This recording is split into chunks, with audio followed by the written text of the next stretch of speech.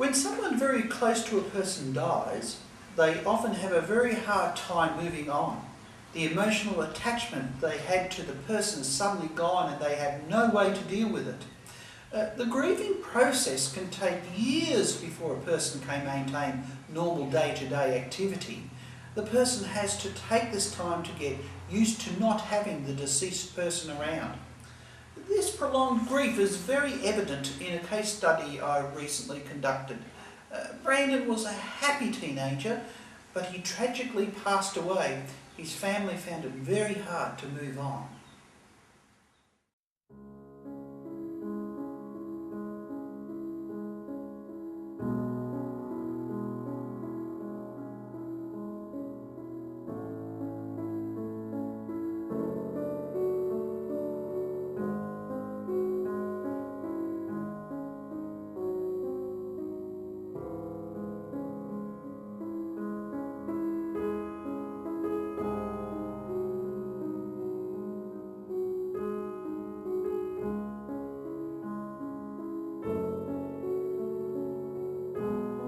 Brandon Tate was like any normal teenager.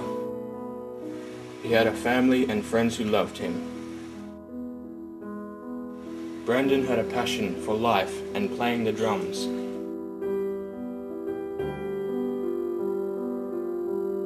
But that passion was tragically cut short.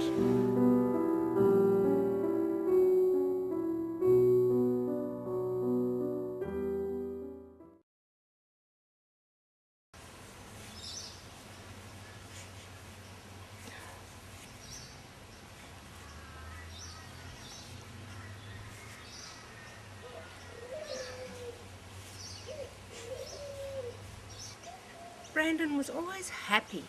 That's what I remember about him the most. He was always willing to have a go and help people out. I like to remember him that way.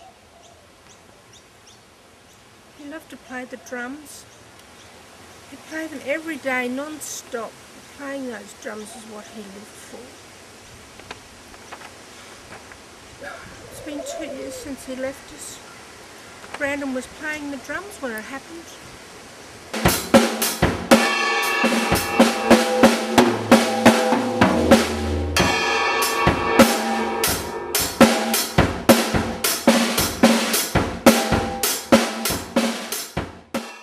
Brandon had been playing for longer than usual. It would have been over an hour, nearly 2. The doctor said his heart couldn't keep up. He had a heart attack, and when he fell, he landed on his drumstick.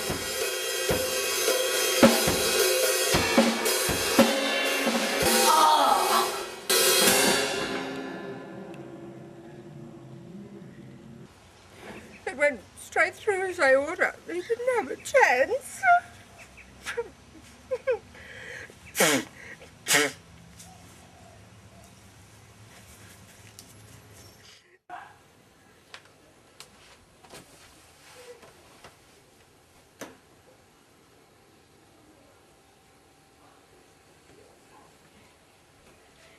As you can see, it's really messy in here. Brandon was always too busy playing the drums to clean his room. And Mum wouldn't let anyone else clean it anyway. She wanted it left just the way it was when Brandon died. He had so much drumming stuff though. He even got these drumsticks signed by his favourite band, JMX 2000. This is his wall of posters. This one's his favourite, JMX 2000. This is the Almost. It's Wolf Mother up there. It's so messy in here. I wish Mum would let someone clean it. It smells like someone died in here while farting. Over here you can see... Whoa!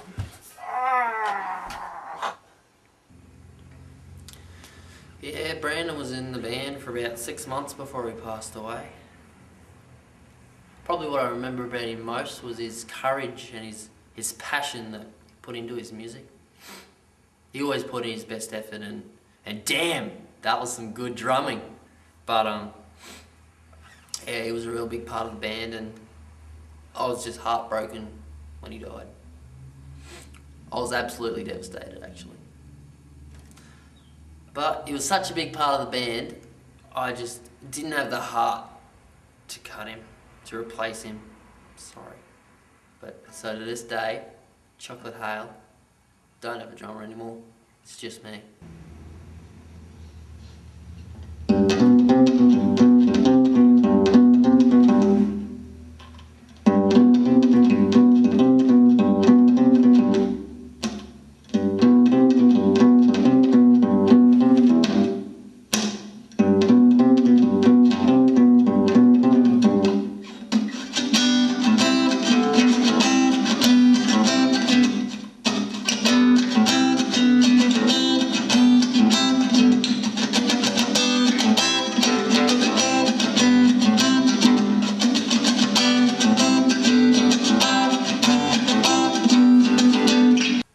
And it does affect the music a bit, like, makes it a bit more boring for the songs that are supposed to have drums, but what do? I can't replace him.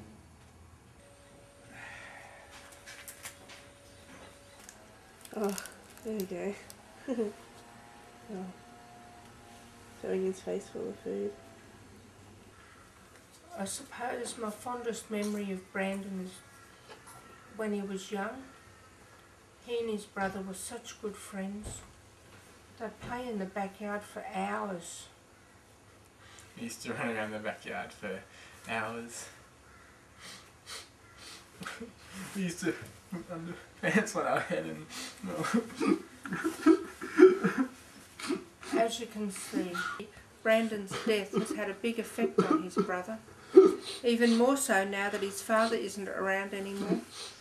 Ben just fell apart after that freak trombone accident that took his father away from us. They were so close. Brandon's death tore Ben apart.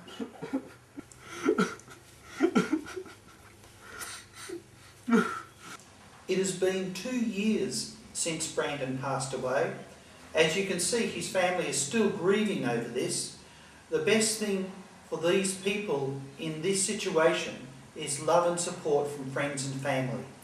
But even with this, it could still take years for the pain to go away.